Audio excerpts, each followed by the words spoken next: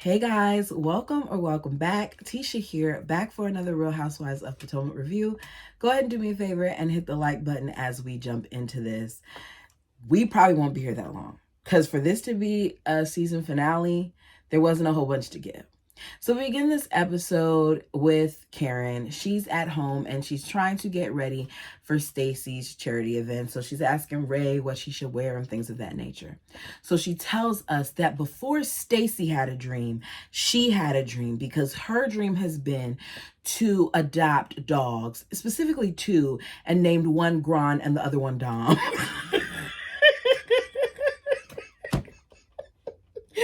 This is the thing about Karen. There's a lot about Karen that gets on my nerves. She lies quite often, but Karen is very much so comedic relief because she says things and when she does it, it's with the straightest face. Like, lady, you sound crazy. Anyway, so she wants to adopt dogs that shouldn't be bred, but they are, and as a result they only have certain lifespans and they have certain struggles, and she just wants to make sure that she can house them.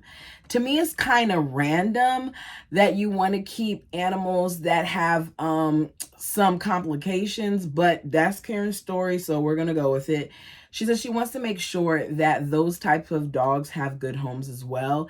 It just, to me, and I could be wrong, tell me what you guys think, it feels like you're trying to compete with Stacy. Because I don't recall hearing Karen say this before. Even her mentioning it to Giselle's friend later on, I think it's Cal, saying later on to him that, you know, she's not going to adopt any of these dogs because she's trying to adopt some other dogs. It's like, girl, what are you talking about? So Wendy FaceTimes Karen and she tells her about, you know, her first episode for season 2 of the Dr. Wendy show being filmed, and that is going to be done at the White House. And Karen's excitement and her squeal was the type of reaction I was expecting last week from Wendy when she was told that she was going to be in the White House, which makes me kind of feel like, after watching it, after hearing some other content creators, it makes me feel like Wendy already knew. So she calls Karen to let her know that she's invited, you know, to come to the White House to watch her as she records that show, which excites Karen even more. Like, even after they're done showing us Karen, you can still hear Karen squealing, which to me is relatable because I myself would be extra hype. I mean, at that time I would have been hype. Now, no thank you. I don't want no parts. So to me, it just goes to show you that Wendy did feel like her and Karen were in a better place than they had been in previous seasons since she decided to invite her. So Karen talks about, you know, how her and Wendy have more in common than people think. And I want to know what it is that Karen feels like they have in common, because I believe that Karen has said some things about Wendy that makes me kind of question Karen. Not to say at one point, you know, Wendy may not have seemed like she was about herself, but I feel like there's a lot of layers to Wendy that we still don't know about. Just my opinion. You guys tell me yours. So Stacy meets with her friend AJ that she met years ago, back when she was in Chicago and she used to model. I said, okay, it's been an entire season of Stacy, and I've learned more in this conversation with AJ than I feel like I have over the past several episodes with Stacy. So his name is AJ. I like him because AJ was honest about the things that he knows about Stacy and what he's witnessed, because he talks about the switch up in Stacy and how he didn't see it for TJ. So AJ says that, you know, Stacy has changed since being in Chicago, that she's now more prim and more proper now. I wonder if he's talking about, you know, the voice that she uses a lot of times when she talks, or if it's just that she's evolved. So it makes me wonder if Stacy switched things up because she was expected to show up in a certain way in certain spaces. Like, are you code switching and you just got stuck? Did you forget to turn the switch off? Like, what happened that is so different now? I wish he would have kind of elaborated on it a bit, but I guess maybe he didn't. We just didn't see it. Who knows? So Stacy kind of laughs it off. Next thing, she's talking about TJ and AJ, I cannot wait for you to meet TJ. You know, I just feel like he's so awesome and he's my best friend and I really like him. And AJ's like, you know, I can wait. He's like, Stacey, there's no need for you to rush. Like, you've been in a long-term relationship for a long time, and I feel like you should just kind of slow down and enjoy yourself. So she's like, you know, he's my best friend, and, you know, we work out together, we go to church together, we do everything together. And he, you know, is a friend, yes, but I just feel like there's no chemistry there. And I also feel like TJ is too needy because I didn't like the way that he was talking to her, even when they were at the event. It's like he always needs her to constantly check in with him. And when it comes to this type of world, like, why is that a necessity? Like, you know, other people who are in this venue. It's just, it's unnecessary. Anyways. So they talk about the dynamics of everything and how, you know, I don't need, you know, relations to be fulfilled.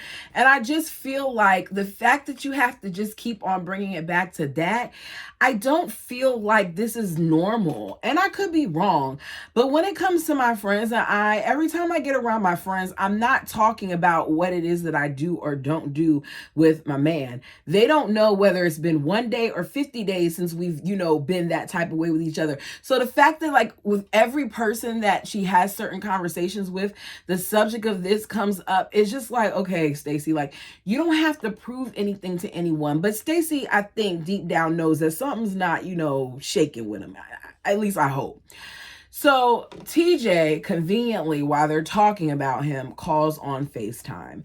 And she's all excited because it's TJ. Meanwhile, AJ is trying not to talk to that man. Stacey does that thing that people do where you're like, no, I don't want to talk to them, but they still turn the phone to you for you to talk to them. And then it's like uncomfortable because I just told you I didn't want to talk to him, but you still gave me the phone. So, you know, he's like, hey, JT, I think he was about to say, like, he switched the initials and he's like, oh, you were about to call me, you know, the wrong name. And he was like, yeah, but I fixed it. You got my name wrong. And I'm just like, oh, this is too much.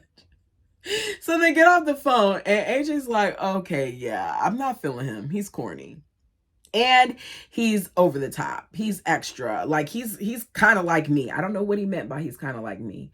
I've seen what some of the people are saying. I'm not going to put that out there about him. I just think that TJ is very performative.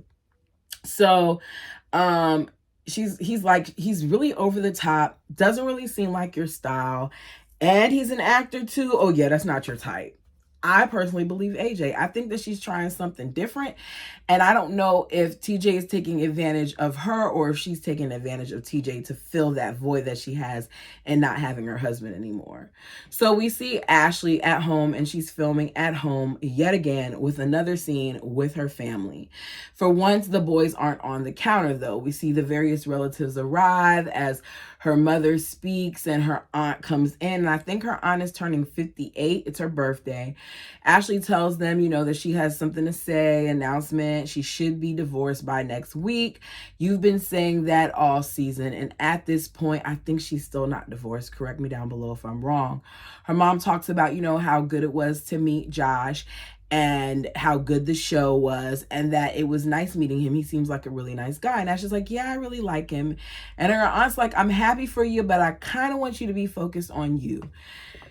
Your parent and your family met this man for all of a few minutes in a loud environment where people were dancing, and Ashley, you were dancing around with little pasties on your breast, and you're talking about how good the vibes were.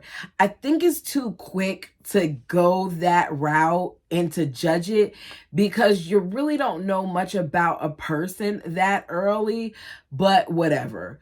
The point is, get to know yourself more, according to her aunt Ashley, before you worry about jumping into anything else serious. So while they're talking about that, Josh conveniently calls. She's all like, hey, boo. Hey, yeah, yeah, babe. Yeah, yeah, babe. And she's talking to him on FaceTime around everybody else. And they're like, oh, hey, Josh. And she's, blah, blah, blah. And her son, I think it was Dylan, her son is there. And she's like, oh, mommy's just talking to a work friend. You say, hey, babe, babe, babe, babe, a whole bunch to your work friend. Okay. I don't understand actually how you had to pick up the phone just then, number one. And number two, why you didn't just excuse yourself for a moment while you talked to him if it was going to be all that. Next thing you know, she's singing about, healing and thriving and surviving. And the family is overhearing her sing because Ashley can't sing. We head to Giselle's. She and her daughters are planting a tree in the backyard in remembrance of her father. Because remember, a few episodes we were told about how Christmas was a big thing and how he would always come and they would choose a Christmas tree together. So they're going to plant this little itty bitty tree in the back of her yard as a representation of her father to honor him. So they get to planting. They're struggling. I chuckle a little bit because Grace is talking about her leggings and the hole isn't deep enough to plant the tree. And Giselle's like, I'll just get, one of the other people to fix it. And they kind of plant it and they put a plaque on it. I thought that this was a sweet moment. My only problem is that I noticed that Giselle tends to hold back her emotions when it comes to her father. And the fact that this just happened and she's so focused on not allowing her tears to fall where her daughters are telling her, like, it's okay, mom, you can cry or you should let it out. Giselle, it's time.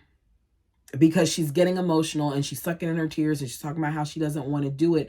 And maybe I'm hoping she handles it differently when she's not on TV, when she doesn't have a bunch of cameras in her face.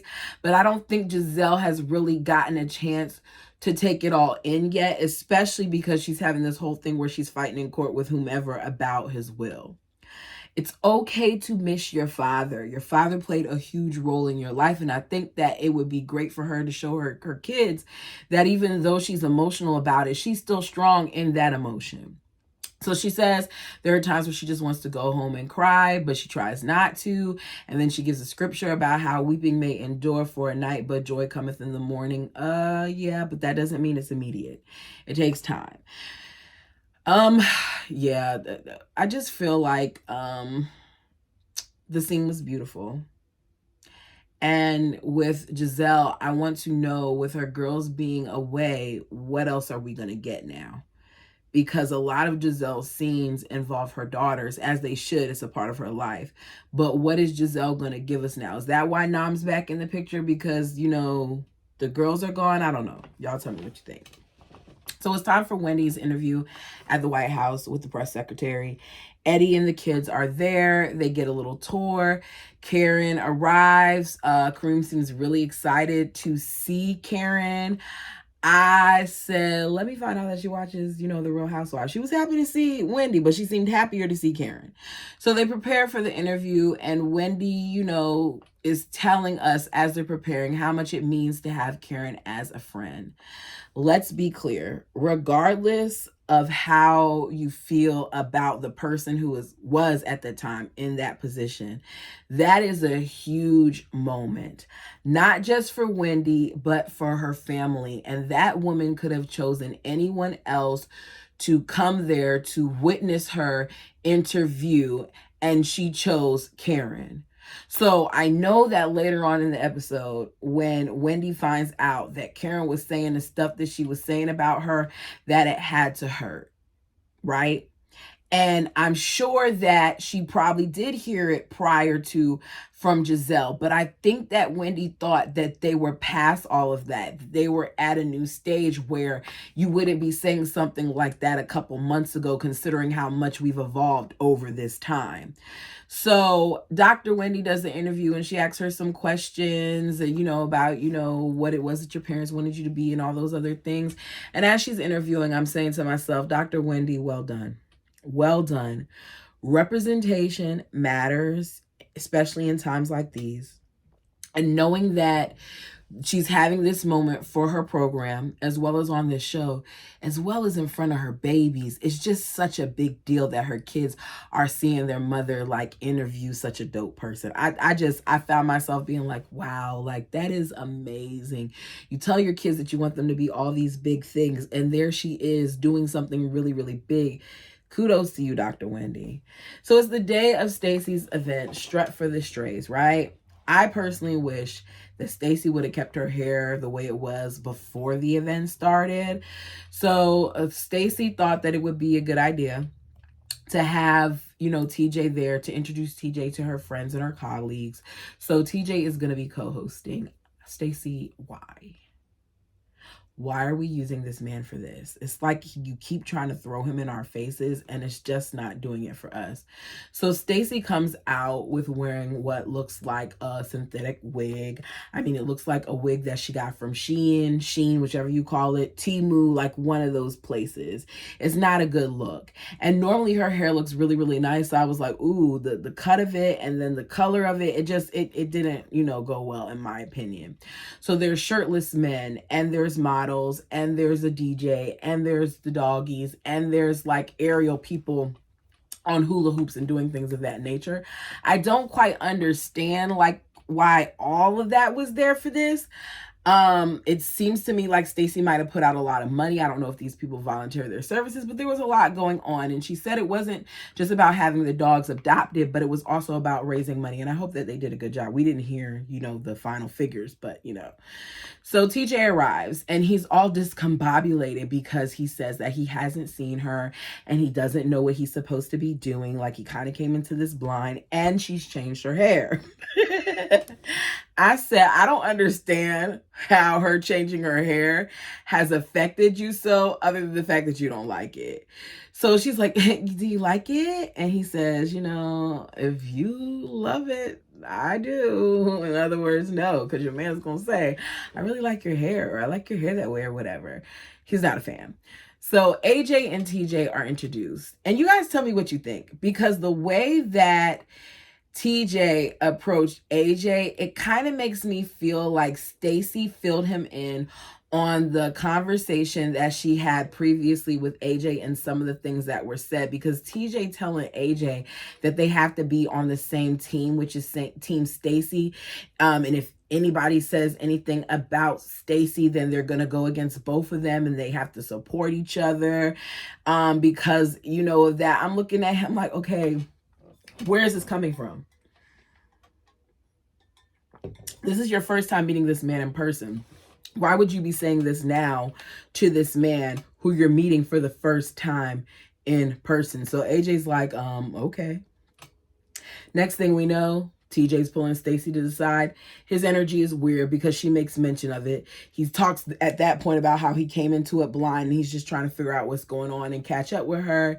And then he goes from that to, you know, I'm proud of you and all that you've accomplished, which was it editing or was he just weird with the conversation?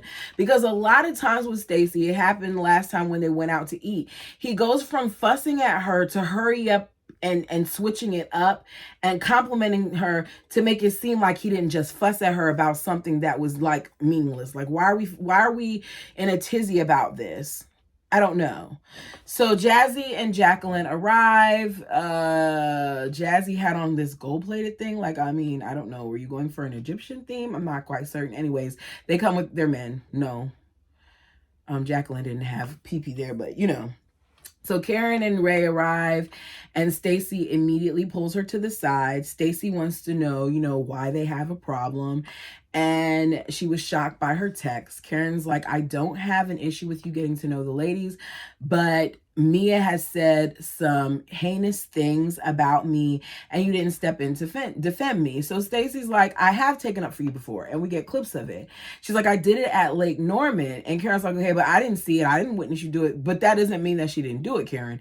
She did. But at some point, she decided to no longer take up for you. I don't know what it is about Mia that Stacey has now liked, but it's been said, even in the comment section, that people have noticed that there's been a difference in that dynamic. So some kind of way, these two people are now friends. So they're talking to each other, and Karen starts talking about etiquette 201 and how Stacey just needs to zip it. And they're just going back and forth. And I'm like, both of y'all just need to zip it. Just, this is not even the time and place to have this discussion. So Karen is like, you know, how she expected more from Stacey despite not knowing Stacey, that she's been getting to know her. And she's basically referring to her like she, you know, like betrayed her or stabbed her in the back or something. It's real childish. There was no reason for Karen to get this upset because of that one instance where she felt like it was too much at that time against Mia, even though I don't feel like it was. She did. It didn't warrant all this. But at the same time, Stacey choosing to go and like tell everything that Karen said over that one thing doesn't make sense to me either. So Karen is sitting in confession, y'all, and she done pulled a doll that's a witch in there with her and says it represents Stacey, and she knocked the doll on the floor. I said, really, Karen? This is what we're doing? This is what we're resorting to, playing with dolls and knocking them on the ground? So Stacey feels like, you know, Karen attacked Mia's motherhood and she just went too far, and that I have an affinity for Mia. And Stacey, I don't agree with that. I don't feel like anyone attacked Mia and Mia's motherhood. Mia and her man decided to come to the show and her side boo and share all of this with us. Mia did not tell production to stop it. Mia continued the narrative. Mia wanted a storyline. So the fact that we're trying to sit here and act like Mia didn't bring this to the table, could Karen have went to Mia and said, I heard that, you know, he's the father? Yeah. But I think it would have been better at this point, because everything's been put out there, to just say, you know, I know you've been lying and you got the test, than for her to keep carrying on this narrative, because we probably would have went to another season of her and this whole storyline. So Mia, in my opinion, shared all this information to the group knowing that she was lying and that she's been a liar. But Karen and Mia are both liars. So she didn't attack her motherhood. She revealed the truth, just like Mia also revealed the truth at times when she said certain things about Karen and her DUI. So Stacey and Karen are going back and forth, and Karen talks about how she could bring up Stacey's charges, and she says something stupid about her driving around a block. It fell flat. She tells her that she's in timeout, that she's been demoted, and that she's an associate. Seems to me like you guys have been associates the whole time, but okay. I just don't feel like there's any need for this. But Karen is saying this now because she doesn't like the stance that Stacey has taken. So Karen is pointing her finger. Stacey's like, get your finger out my face. And it's just a whole bunch of back and forth. Karen at one point talks about the way Stacey dresses, and she's like, Vivian did this. And she's like, girl, all your stuff looks bad. It was something about it that was off to me. So Giselle comes over wearing the dress that Wendy wanted, but Stacey told her she couldn't wear it. We find out that Giselle got it to purposely annoy Stacey. Meanwhile, Stacey feels like Giselle looks like Big Bird. It's a lot of dress. It is, but it did look nice on Giselle. So next we got Kierna, and they're acting like, where's Greg? And she's like, you know, Greg and we just had to take a step back at this point, you know, because we are just struggling. Like, we can't even agree to disagree. We don't care. Ashley talks about Stacey's wig. Giselle and her then talk, and Ashley lets her know that Stacey went to lunch with her, and after lunch or at lunch, Karen gave her this whole list of the people that she shouldn't be friends with, even though you kind of changed it up a little bit, Ashley, but whatever. So Stacey told her that Karen said she should not be friends with Wendy. If Stacey isn't being messy, there was no point in continuing this. Like, you told Mia, why did you then go and tell Ashley? It's like now you're gonna just run your mouth to everybody, when it just should have been a thing where if you wanted to tell anybody, you should have told Karen, and you should have told not Mia, and you should have told Wendy all at the same time, my opinion. Giselle says that she, you know, told Wendy already about Karen. but Wendy didn't want to hear it, maybe because it came from her, and that she likes to run behind Karen and kiss up to her. And she says that, and I'm just like, okay, but Giselle, you may have told her that, but you got to look at who it's coming from, because the same way she needs to watch out for Karen, she needs to watch out for you. She needs to watch out for all of you. I'm not saying Wendy wasn't running behind Karen. I think that Wendy understood that she had to have some type of friendship in this group in order to remain in this group, or else she would be iced out. And if you have no one to film with, guess what? You're not going to be on the show. They then talk to Karen about what she said. Karen denies it. Giselle and Ashley are talking to Stacy. Stacy repeats what she heard, adding that she had lunch. She said that, Wendy is selfish and self-absorbed. You're not a girl's girl, and that Mia is not Potomac. Karen's like, I didn't say that. She says, yes, you did. Karen, you said it. It sounds like you. It's okay. I can't help but notice that Wendy looked a little hurt by the whole thing. Stacy says, I stand by what I said because it's true. Wendy's like, I do not think that Karen said that. She says, I know that she said it. And I was like, wow. Wendy says, I've done nothing but be a friend and support her.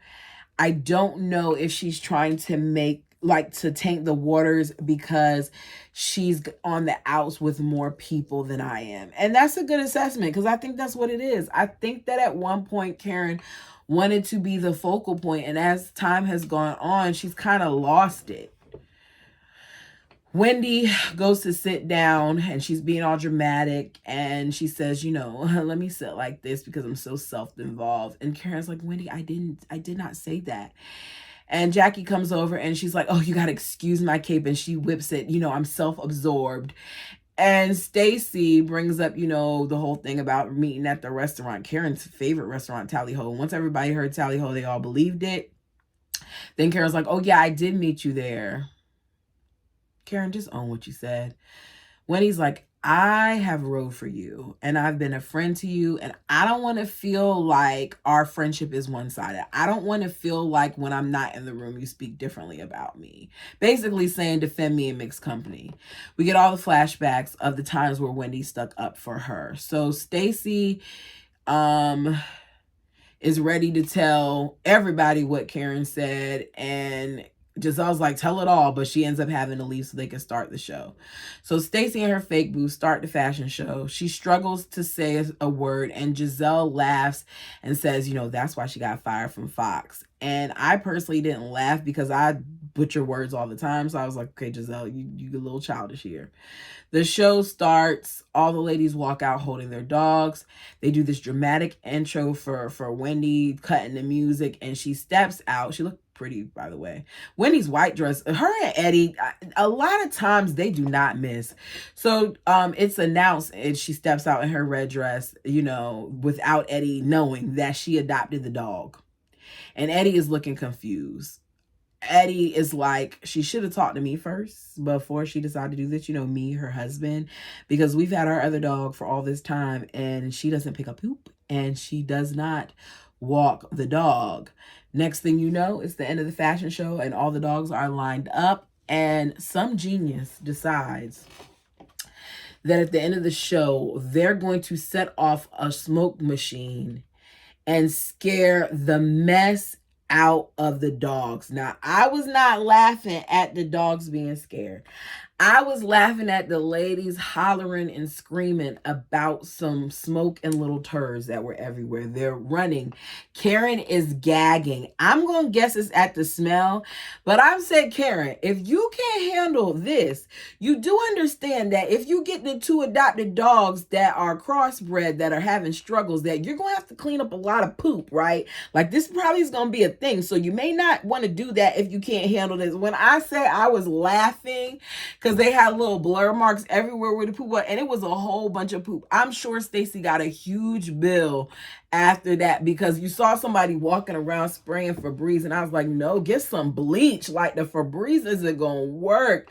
Y'all gotta really, really clean that thing. I hope that they did not cause permanent PTSD in those dogs, because that type of stuff will give them anxiety. Like, don't do that to the poor dogs. So Karen is actually over in the trash and she's sick in the trash can. And TJ is just standing in the balcony looking down at all of this chaos, the people running and everything. He's like, sir, why are you smiling? The planner said that they were going to have confetti, but somewhere the wires got crossed. Everybody scatters. That's the end. So we get the updates. Kiana, her and Greg tried moving in together and it didn't last long. She very quickly moved out, which makes me feel like her name isn't on that deed because why would you move out? But she's still hoping to get her ring the beginning of 2025. Ashley is casually dating Josh and she's healing and thriving as an almost single woman and a drag king. Giselle has an empty nest and she's rekindling things with the guy that she met on the speed dating Nam.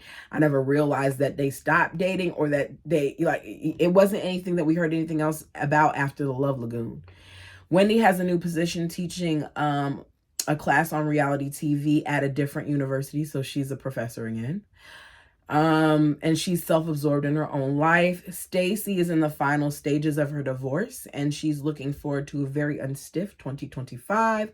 Mia and the kids spent New Year's with Gordon, and a month before that, her and Ink broke up for now because she's probably going to try to bring that back. Karen then fades as she's about to gag, and it's 5 months later with her going to court. She's found guilty of most of the charges, and she has to go back on February of 2025, I think, for sentencing. She could face up to 2 years in prison. And that's how it ends, with them giving us a preview for the next episode. You guys, there are some parts that I left out. Like there was a whole conversation with Jazzy and them that I didn't care about. If you want to talk about it, put it down below. Like the video as it helps the channel.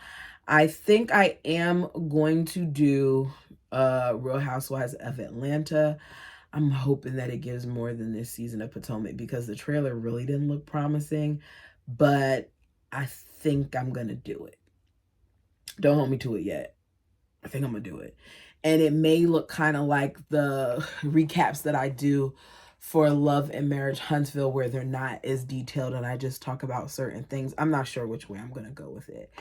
But let me know what you thought overall of this season. I'm going to do this like I do my books. How many stars are you going to rate this? 1 through 5.